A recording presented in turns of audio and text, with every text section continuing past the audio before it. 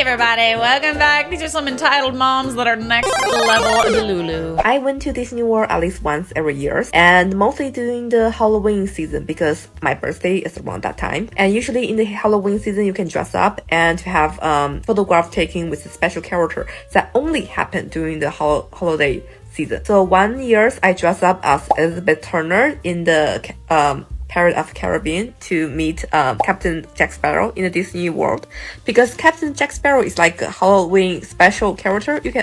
Captain Jack Sparrow was very popular. I waited like 30 minutes to see him, and I was very lucky enough that I was the last one in the section before the character go on to a break. And just before I went to see the character, the lady behind me pat on my shoulder and say, "Hey, do you mind we switch place? My kids really want to see Jack Sparrow and they're really tired." I really don't want to switch because I already wait 30 more minutes and I have my plan out.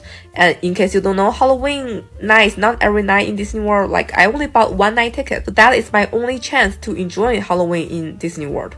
So I declined the lady and I was like, sorry, I wish I could switch with you, but I have my night planned out. And then the lady just immediately get furious and get angry with me and mock me. Like, she's like, "Oh my god, how old are you? 25? And you still dress like that and come to Disneyland just to see an imaginary character in front of her child?" And she keep telling me that how ungrateful, how unsympathetic I am because I won't let her kids to see the Jack Sparrow first.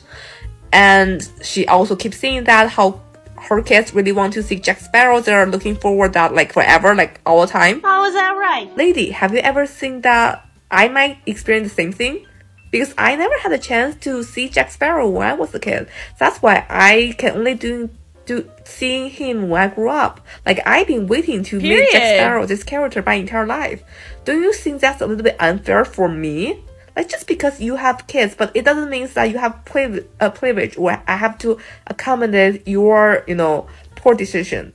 I mean, there's no banner to see that the Disney World is solely for the kids. Like, I can enjoy it as well, even though I'm grown up. I mean, it's not like kids can actually afford a ticket to Disneyland. It's their parents that are taking them. So this whole idea of like Disneyland only being for kids, no dice. Most of us grew up on Disney movies, okay? And adults enjoy Disneyland just as much as the next person. Also, her kids were probably not even alive yet when Pirates of the Caribbean came out. So if anyone has a right to see Captain Jack Sparrow, it's you, babe. You! I wash my hands of this weirdness.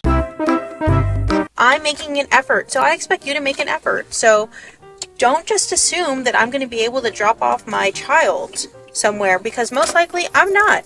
So unless you're offering to pay for the babysitter, I'm not going on that date.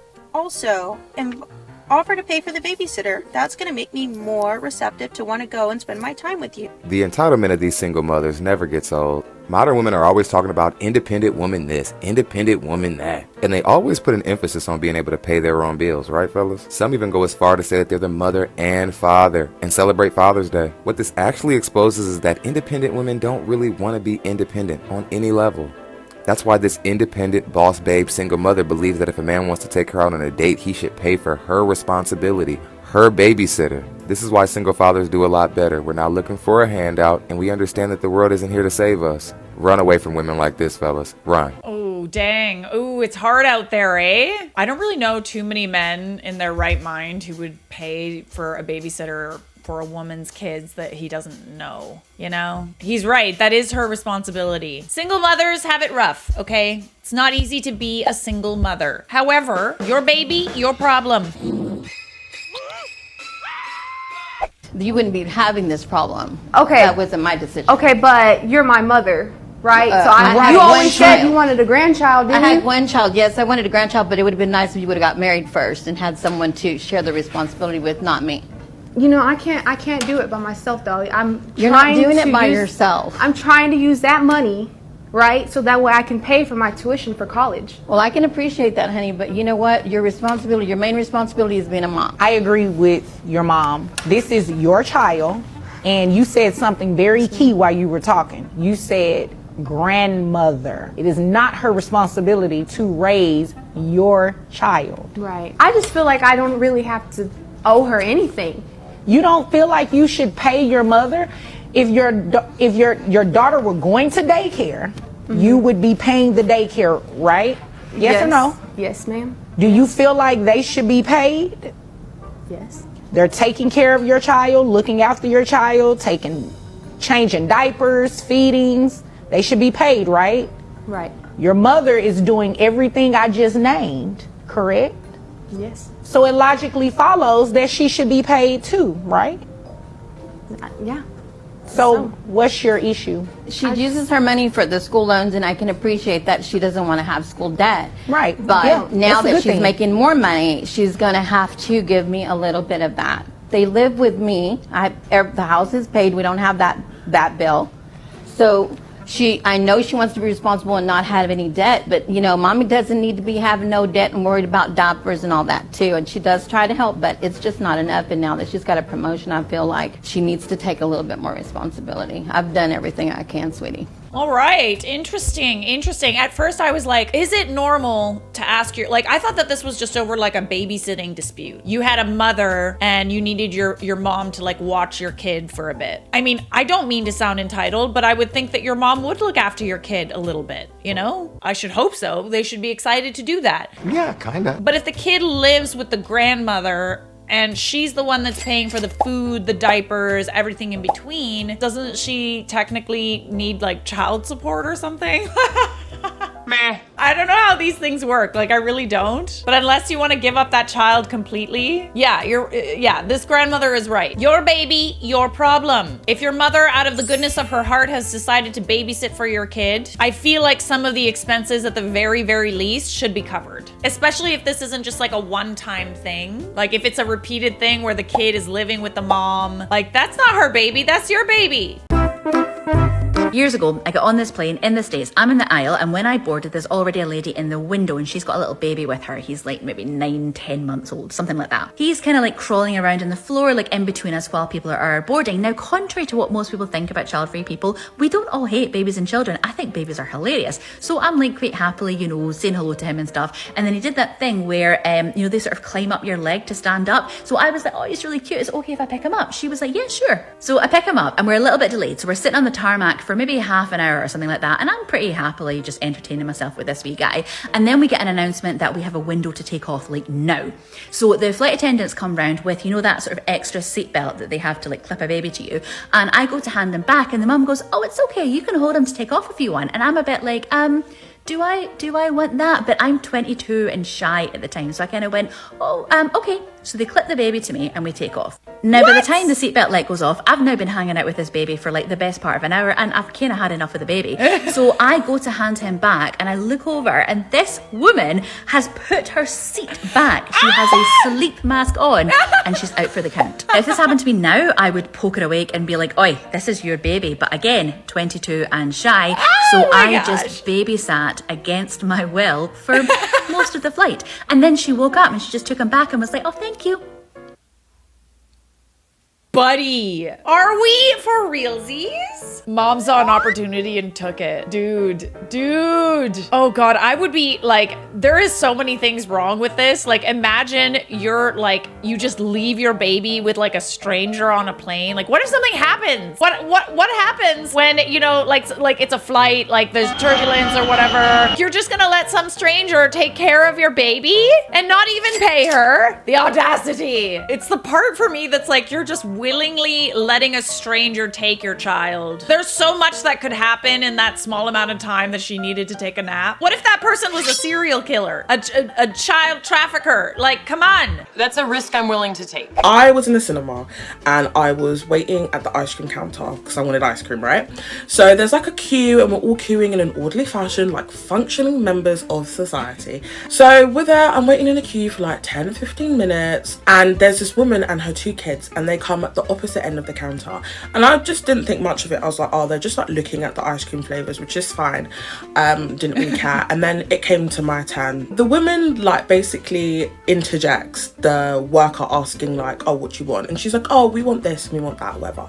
So I politely look at her and I'm just like, oh, excuse me, there's a queue because there's people behind me, we've all been waiting.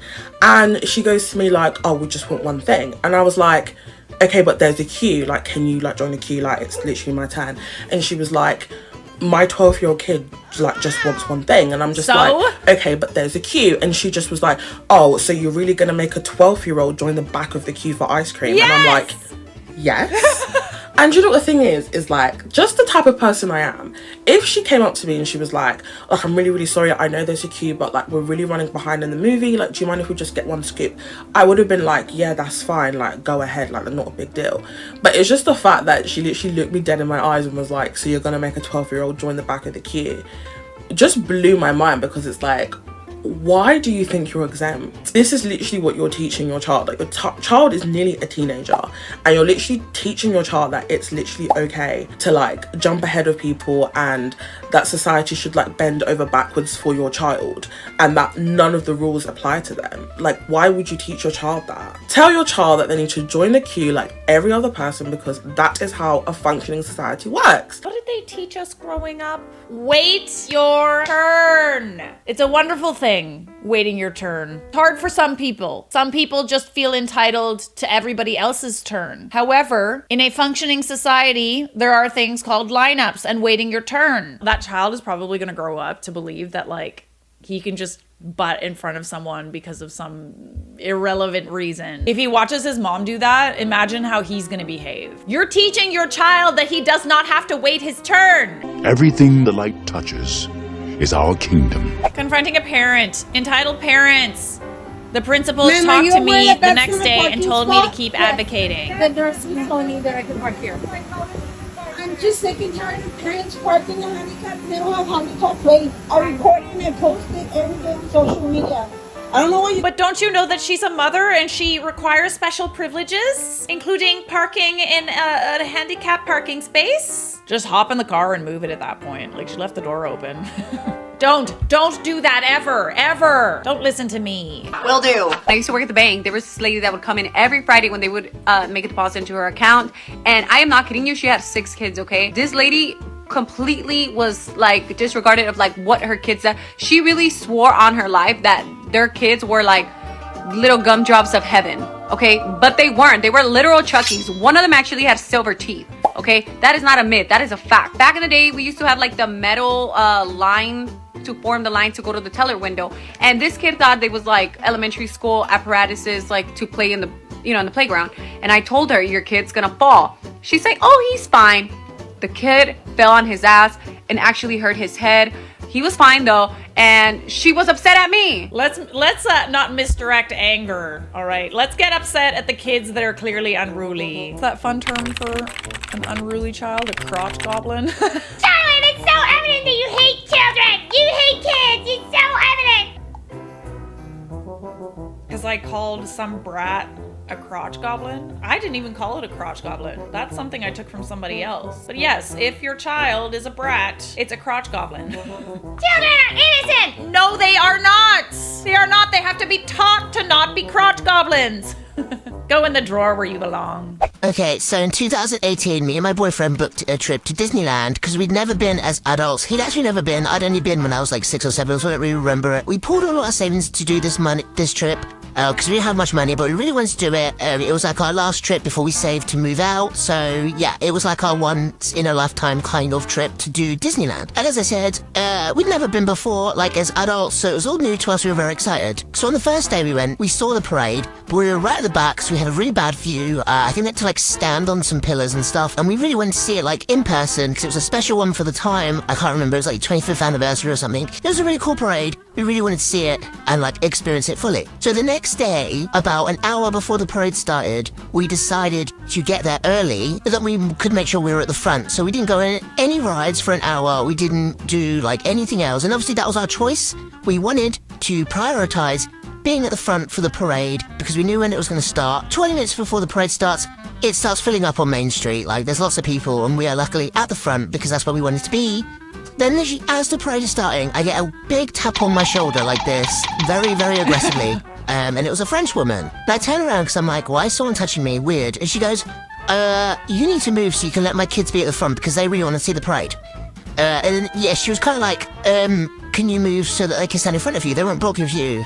And I was like, you're right, they won't block my view if they go in front of me. But the pavement is chock-a-block. Everyone's like pushing forward as they do when the parade starts. If I try and move whatsoever, I'm going to fall into the pavement. I'm going to fall off of the pavement into the road. And when that happens, when someone like loses their spot, the cast members escort you round to the back because they don't want you on the pavement when the parade's going because it's dangerous. So I was like, I'm not going to move because I risk, if I try and let your kid in front of me, I risk trying to lose my spot. I also didn't want a kid in front of me because I wanted to be at the front. That was the whole point that we decided to not go on any rides so we could be at the front of the parade. And she was like, what do you mean? Like, let my kid in front of you. They're going to block your view anyway. Like, just do it anyway. And I was like, I'm really sorry, I'm not going to do that because I don't want to risk losing my spot next to my boyfriend and also risk being thrown off the pavement. Like, it's not happening, I'm sorry. And she got really pissed off at me. She ended up, like, holding her kid up behind me. So the kid could still see it was fine. They just weren't directly at the front. And luckily, they did that because on that specific parade, the Christoph actor came up to me and gave me a huge hug.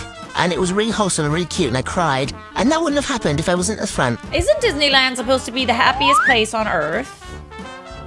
More like most entitled place on earth. Subscribe!